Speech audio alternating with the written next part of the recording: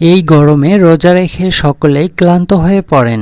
গরমে প্রাণ জুড়াতে লেবুর শরবতের কোনো জুড়ি নেই, তাই তো ইফতারে জায়গা পায় লেবুর শরবত। গরমে লেবুর শরবত বেশ উপকারী। লেবুর শরবত খাওয়ার যেমন উপকারিতা রয়েছে, ঠিক তেমনি কিন্তু লেবুর শরবত খাওয়ার কিছু অপকারিতাও রয়েছে। অর্থাৎ বিশেষ কিছু মানুষেরা সারাদিন রোজা রাখার পরে লেবুর শরবত খেলে হতে পারে কিছু ক্ষতি। এছাড়াও অতিরিক্ত পরিমাণে লেবু মিশ্রিত শরবত খেলে অনেক স্বাস্থ্য সমস্যা দেখা দিতে পারে। ইফতারে লেবুর শরবত রাখলে এটি যেমন আমাদের শরীরে তাৎক্ষণিক এনার্জি দিতে পারে, তেমনি ভুল পদ্ধতিতে লেবুর শরবত খেলে গ্যাস্ট্রিকের সমস্যা অনেক বেড়ে যেতে পারে। আজকে আপনাদেরকে বলবো ইফতারে লেবুর শরবতের উপকারিতা, অপকারিতা, কারা খাবেন কারা খাবেন না, খেলে কোন পদ্ধতিতে খাবেন এবং অতিরিক্ত পরিমাণে খেলে কি কি ক্ষতি হতে পারে। তো পুরো বিষয়টি জানতে ভিডিওটি শেষ পর্যন্ত দেখার অনুরোধ রইল। প্রথমেই আপনাদেরকে জানাবো ইফতারে 1 গ্লাস লেবুর শরবত আমাদের শরীরে ঠিক কি কি উপকার করতে পারে। একাধিক গবেষণায় দেখা গেছে লেবুর শরবত লিভারে উপস্থিত টক্সিক উপাদানগুলোকে বের করে দিতে সাহায্য করে, ফলে লিভারে যে কোনো ক্ষতি হওয়ার আশঙ্কা একেবারেই থাকে না।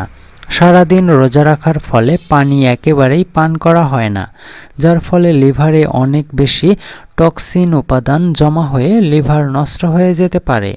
লেবুর শরবত খেলে চটজলদি লিভার পরিষ্কার হয়ে যায়। লেবুতে রয়েছে vitamin C, potassium, calcium, phosphorus, magnesium, যা দেহের ভিতর পুষ্টির ঘাটতি দূর করে। রোজা রাখার ফলে রোজাদারের শরীরে বিভিন্ন ধরনের পুষ্টির ঘাটতি হতে পারে, যা চটজলদি দূর করে দিতে পারে 1 গ্লাস লেবুর শরবত। সারাদিন রোজা রাখার পর খালি পেটে লেবু পানি খেলে দেহের ভিতরে পিএইচ লেভেলের ভারসাম্য ঠিক থাকে, ফলে দেহের কার্যক্ষমতা বৃদ্ধি পায়। সাম্প্রতিক বিভিন্ন গবেষণায় দাবি করেছে টিবি রোগের চিকিৎসায় ঔষধের মতো কাজ করে লেবু। লেবুতে উপস্থিত ভিটামিন সি টিবি ও যক্ষ্মা রোগ প্রতিরোধ করতে সাহায্যকারী ভূমিকা পালন করে। এতে ভিটামিন সি সমৃদ্ধ ঔষধের মতোই কাজ করে। মানবদেহে বেশ কিছু গবেষণায় দেখা গেছে যারা ইফতারে লেবুর শরবত খান তাদের দেহের ভিতরে ভিটামিন সি এবং অ্যান্টিঅক্সিডেন্টের মাত্রা বৃদ্ধি পেতে শুরু করে, ফলে শরীরের রোগ প্রতিরোধ ক্ষমতা অনেক বেশি বৃদ্ধি পায় এবং রোজা রাখার ফলে ক্লান্তি ও দুর্বলতা দূর হয়ে যায়। ত্বকের সৌন্দর্য বৃদ্ধি পায়। ত্বকের হারিয়ে যাওয়া উজ্জ্বলতা ফিরে পেতে নিয়মিত লেবুর শরবত খেতে পারেন। এছাড়াও ব্ল্যাকহেডস ও বলিরেখা কমাতেও সাহায্য করে লেবুর শরবত। নিয়মিত যারা লেবুর শরবত খান তাদের শরীরে জমে থাকা অতিরিক্ত মেদ ঝরে যায়। আর এজন্য কিন্তু লেবু চিনি দিয়ে শরবত তৈরি করে না খেয়ে কিন্তু মধু দিয়ে শরবত তৈরি করে খেতে পারেন। লেবুতে পেকটিন নামক একটি উপাদান রয়েছে যা শরীরে প্রবেশ করার পর অনেকক্ষণ পর্যন্ত পেট ভরিয়ে রাখতে সাহায্য করে। এই পেকটিন উপাদানের ফলে বারবার খাওয়ার ইচ্ছা কমে যায় এবং ওজনও কমায়। যারা রোজার মাসকে কাজে লাগাতে চাচ্ছেন এবং ওজনটাকে কন্ট্রোলে আনতে চাচ্ছেন তারা নিয়মিত লেবুর শরবত খেতে পারেন। লেবু খেলে এনার্জির ঘাটতি চটজলদি দূর হয়ে যায়। আপনি যদি রোজা ভাঙার পর সর্বপ্রথমে লেবুর শরবত খান, এটি আপনার শরীরে চটজলদি এনার্জি দিবে, আপনার মস্তিষ্ক চাঙ্গা হয়ে যাবে এবং যে কোনো কাজ করার উদ্যম আপনি পুনরায় ফিরে পাবেন।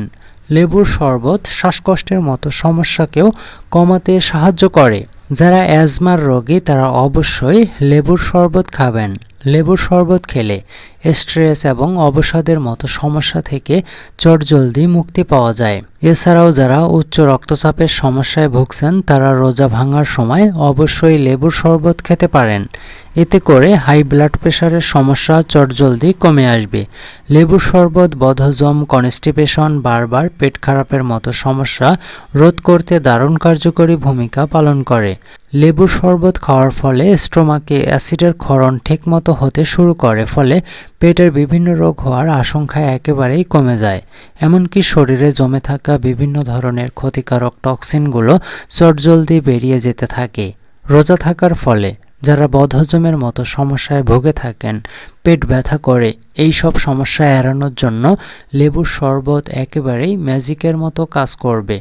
সারাদিন রোজা রাখার ফলে কনস্টিপেশন বা কোষ্ঠকাঠিন্যের মতো সমস্যা বেড়ে যাওয়াটা খুবই স্বাভাবিক। আর রমজান মাসে এই সমস্যা অনেক বেশি কষ্ট দিয়ে থাকে রোজাদারদের। আর লেবুর শরবত পান করলে কনস্টিপেশন এই সমস্যা থেকে অনেকাংশেই মুক্তি পাওয়া যায়। লেবুর শরবত মুখের খারাপ দুর্গন্ধ দূর করতে সাহায্য করে।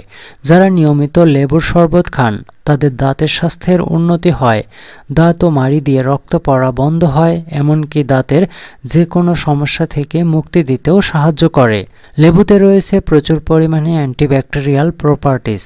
যে কোনো ধরনের সংক্রমণ, বিশেষ করে গলার যে কোনো ধরনের সংক্রমণ রোধ করতে এই উপাদান খুব ভালো কাজ করতে পারে। এই তো ছিল লেবুর শরবত খাওয়ার কিছু উপকারিতা।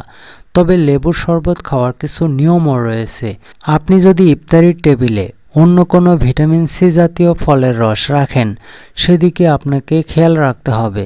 প্রতিদিন একজন মানুষ 120 মিলিলিটারের বেশি ভিটামিন সি যুক্ত ফলের রস খেতে পারেন। 120 মিলিলিটারের বেশি যদি ভিটামিন সি জাতীয় ফল খান তাহলে শরীরের পক্ষে ক্ষতিকর। তবে গর্ভবতীদের ক্ষেত্রে এবং যাদের দুগ্ধ জাতীয় খাবারের সমস্যা রয়েছে তাদের ডক্টরের পরামর্শ ছাড়া খালি পেটে লেবুর শরবত খাওয়া উচিত নয়। এছাড়াও লেবুর শরবত খেলে বা লেবু জাতীয় খাবারগুলো খেলে যাদের গ্যাস্ট্রিকের সমস্যা বেড়ে যায় তারাও খালি পেটে লেবুর শরবত খাবেন না। ইফতারের লেবু শরবত তৈরি করার সময় অবশ্যই খেয়াল রাখতে হবে আপনি যদি খাবারে অন্য কোনো ভিটামিন সি জাতীয় ফল না থাকে তাহলে আপনার জন্য তৈরি লেবু শরবত যে পরিমাণ লেবুর রস ব্যবহার করা হবে তা যেন কখনোই 120 মিলির বেশি না হয়। এর বেশি হলে হতে পারে কিছু স্বাস্থ্য ক্ষতি। ইফতারে সাধারণত আমরা চিনি দিয়ে লেবুর শরবত খাই। চিনিকে বলা হয় হোয়াইট পয়জন, যা আমাদের স্বাস্থ্যের জন্য মোটেও ভালো নয়। যারা ওজনকে নিয়ন্ত্রণে রাখতে চাচ্ছেন তারা কখনোই চিনি দিয়ে লেবু শরবত খাবেন না। এক্ষেত্রে ব্যবহার করতে পারেন মধু অথবা অল্প পরিমাণে তাল মিশ্রি। এবারে আপনাদেরকে বলছি অতিরিক্ত পরিমাণে লেবুর শরবত খেলে তার কিছু অপকারিতাও রয়েছে। যেমন অত্যাধিক পরিমাণে লেবুর শরবত খেলে তা দাঁতের ক্ষতি করতে পারে। দাঁতের এনামেল ক্ষয়ে যাওয়ার একটি বড় কারণ। অতিরিক্ত পরিমাণে লেবুর শরবত খাওয়া মুখের মধ্যে থাকা নরম কোষের ক্ষতিগ্রস্ত করতে পারে। লেবুর শরবত সেখান থেকে মুখের মধ্যে ফোড়া ও ফুসকুড়ির মতো সমস্যা বেড়ে যেতে পারে। তাই খেলে খুবই কম পরিমাণে খেতে হবে। খালি পেটে অনেকেই লেবুর শরবতকে সহ্য করতে পারেন না, কেননা লেবুর শরবত খেলে শরীরের জন্য প্রয়োজনীয় উৎসেচক পেপসিন ভেঙে যায়। পেপসিন আমাদের হজমে সাহায্য করে। অতিরিক্ত লেবু খেলে অ্যাসিডিটি বেড়ে যেতে পারে। বারবার বাথরুমে যাওয়া, পেট খারাপ, শরীর শুকনা হয়ে যাওয়া ইত্যাদি সমস্যা বেড়ে যেতে পারে। আপনি নিশ্চয়ই চাইবেন না সারাদিন রোজা রাখার পর এমন সমস্যাগুলো কোনোভাবেই আপনার শরীরকে ক্ষতিগ্রস্ত করুক। যদি আপনি অতিরিক্ত পরিমাণে লেবুর শরবত খান, এতে করে লেবুর সাইট্রিক অ্যাসিড শরীরে আয়রনের মাত্রা বাড়িয়ে দেয়। এই মাত্রা প্রয়োজনের অতিরিক্ত হলে অনেক মুশকিল হতে পারে। অতিরিক্ত ভিটামিন সি আমাদের দেহের আয়রনের মাত্রা বাড়িয়ে দেয়। আয়রন প্রয়োজন, কিন্তু তা প্রয়োজনের বেশি হলে শরীরের আভ্যন্তরীণ অঙ্গ প্রত্যঙ্গগুলো ক্ষতিগ্রস্ত হতে পারে। অতিরিক্ত লেবুর শরবত খেলে মাইগ্রেনের সমস্যা বেড়ে যায়। সাইট্রাস জাতীয় ফল মাইগ্রেন বাড়ায়। যাদের মাইগ্রেনের সমস্যা রয়েছে তাদের কম পরিমাণে লেবুর শরবত খেতে হবে। আর যদি লেবুর শরবত খেলে মাইগ্রেনের সমস্যা বেড়ে যায় তাহলে একেবারেই না খাওয়াই ভালো। লেবুতে অনেকেরই অ্যালার্জি আছে, অনেকেই তা বুঝতে পারেন না। লেবু খেয়ে রোদে বেরোলে স্কিনে র্যাশ, অ্যালার্জি হতে পারে। তাই যাদের এমন সমস্যা আছে লেবুকে এড়িয়ে চলুন। লেবুকে অনেক সময় কুসুম গরম পানিতে মিশিয়ে খাওয়ার কথা বলা হয়, তবে কখনোই একেবারেই গরম পানিতে লেবু খাওয়া উচিত নয়, যেহেতু শরীরকে ডিটক্সিফাই করে থাকে লেবু, যার ফলে লেবু খেলে বারবার বাথরুমে যাওয়ার প্রয়োজন পড়ে। এছাড়াও পেট ফেঁপে যাওয়া, শরীর শুকনো হয়ে যাওয়ার মতো সমস্যা দেখা যায়। বারবার প্রস্রাব হওয়ার ফলে ইলেকট্রোলাইট ইমব্যালেন্স হতে পারে, সোডিয়াম দেহ থেকে বেরিয়ে যেতে পারে। এছাড়াও বারবার বাথরুমে যাওয়ার ফলে ব্লাডারে চাপ পড়ে, যা কিন্তু শরীরের পক্ষে ক্ষতিকারক। এছাড়াও পটাশিয়ামের অভাব দেখা যায়। সবসময় চেষ্টা করবেন ইফতারে একেবারে ঠান্ডা পানিতে লেবু মিশিয়ে না খেতে। খুব বেশি পরিমাণে ঠান্ডা পানি খেলে গলার বিভিন্ন ধরনের সমস্যা হতে পারে। যতটুকু পরিমাণে ঠান্ডা আপনি সহ্য করতে পারবেন ততটুকু পরিমাণে ঠান্ডা পানিতেই লেবুর শরবত বানিয়ে খাওয়ার চেষ্টা করবেন। যে কোনো খাবারই আমাদের স্বাস্থ্যের জন্য উপকারী যদি আমরা সঠিক মাত্রায় সঠিক নিয়মে জেনে বুঝে খেতে পারি। আবার ভুল পদ্ধতিতে খেলে সেটি আমাদের স্বাস্থ্যের পক্ষে ক্ষতিকারক হতে পারে। তাই অবশ্যই লেবুর শরবত খাবেন জেনে বুঝে ও নিয়ম মেনে খাওয়ার চেষ্টা করবেন। এতে করে কোনো রকমের শারীরিক ক্ষতি হওয়ার আশঙ্কা থাকবে না। তো বন্ধুরা, ইফতারে লেবুর শরবত খাওয়ার উপকারিতা অপকারিতা ও নিয়ম সম্পর্কিত এই ভিডিওটি দেখে আপনাদের কেমন লেগেছে কমেন্ট বক্সে জানাতে ভুলবেন না।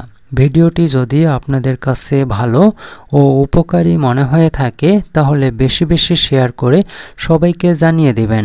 ধন্যবাদ, ভালো থাকবেন। দেখা হবে পরবর্তী নতুন কোনো ভিডিওতে।